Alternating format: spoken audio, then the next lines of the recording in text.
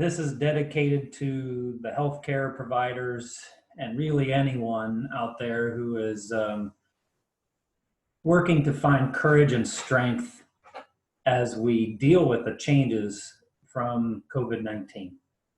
Uh, I will never forget the moment that my wife and I were flying from one country, actually it was Germany, to Kazakhstan, and halfway into the flight, the pilot came on and said that we had to turn around.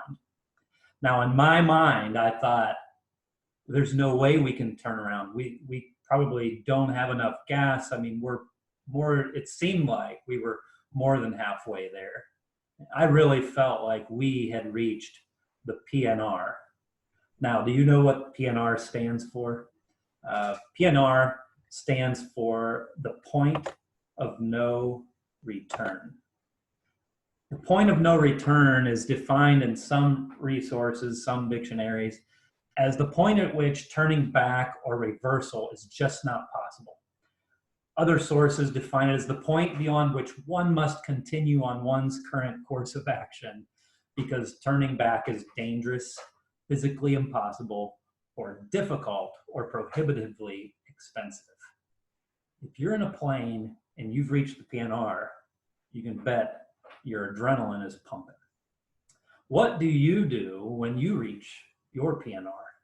History tells us that some commanders dealt with the PNR when having landed in a hostile country by ordering their men to destroy their ships so that they would have to conquer the country or be killed. They were certainly at a point of no return. Perhaps you all would agree that we have reached a PNR in our lives and in our jobs and professions. What do we do? My kids have been listening to a song by King and Country called Burn the Ships. They love the song. I love watching them sing it. It has great lyrics and a wonderful meaning. And in an interview with Billboard, one of the members of the band who wrote the song, his name is Luke Smallbone, states the song was inspired by his wife, Courtney, who was battling an addiction to prescribed medications. He was inspired by her resolution one day to just flush those pills right down the toilet. And at that point, he stated that was a sign that we were not going to retreat. We were going to move forward in our lives. The flushing of the pills was the burning of the ships for my wife and for us to step into a new world, a new day. He goes on to say, my wife said, you need to go share this story with people because there's so many people that are bound by the things in their past. And I don't want people to live like that. I want my story to be an encouragement to help them spread their wings. She burned the ship that was feeding an addiction, and she did not look back. Now, I personally didn't draw the connection of that song or that story to our current lives in healthcare until my colleague, Michelle McCann, sent me an email on May 5th of this year, just a few weeks ago. She said, I'm going to read to you the email that she wrote. She wrote, "Happy Tuesday, Andy. Have you read the backstory of King and Country's song, Burn the Ships? It has made me think of not just letting go of normality, but instead destroying our idea of normal.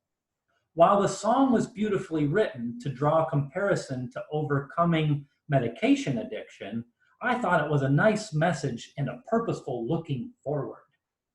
I know you relate to music, and this reminded me of both you and our new adventure at Tusk. Michelle is a great example of the awesome people that I work with. So here we are, the PNR. We must burn our ships. What I would like to do now is just provide you with 3 stories that might help you identify the ships that need burning and hopefully provide some extra strength to help you do so. The first story, maybe some of you can relate, is when after 10 years of working in our clinic, we decided to move the file cabinet Now, I had visited this file cabinet several times a day for 10 years. And so this was a positive change. We thought of some ways of being more efficient, but my body kept wanting to walk back to that old location of where the file cabinet was. And you know, I'd be in a hurry, I'd be seeing patients, and I'd bust out of the room and rush to where that old file cabinet used to be, only to realize that it had been moved. And all my colleagues would look and be like, "Where are you going, Andy?" So sure enough, I felt a little odd. And it was frustrating. And sometimes it was certainly embarrassing. Key point is, it's normal to mourn the loss of something, even when the change is for the better. It will take us time to get used to the new normal, and that's normal. So be patient with yourself and be patient with others. Don't move that file cabinet back to its old place. You will eventually make new habits and life will get easier. The second story I'd like to share is remembering our roots. Back in Exploring Leaders, this was in 2009, such a long time ago, I learned that healthcare was initially started as a mission. Religious groups sponsored groups of people to take care of people who were sick, and there was no payment. In fact, some were actually given stipends to care for their families while they were there. It was simply done just to show love to others. Before that time, around 2003, I had the opportunity to learn from an awesome man who was also an audiologist. His name was Richard Dickerhoof. He was one of those guys that when he laughed, you had to laugh because his laugh was contagious. He practiced with ENTs, Dr. Joseph Yutt and Dr. Mark Vogelsang. They were a great team. He would visit patients in the hospital, and he would do hearing screens in the NICU, and he would visit patients at Woodlawn at times. Richard was diagnosed with metastatic cancer, and 3 weeks before he passed, he went to Woodlawn at about 8 o'clock at night to help a resident who couldn't get their hearing aid to work. And one of Dick's mantras that he quoted over and over during this time was, "It's not about me." And he loved that book, It's Not About Me by Max Lucado.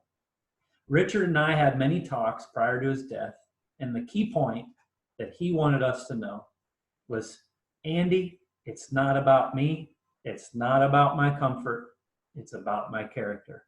It's about reflecting the love of God to others. It's about who I become. It's about who I love." So let's summarize the first two stories, and then we're going to get practical. The first story reminds us it's normal to mourn loss. Even if the loss is for the better, loss is still tough.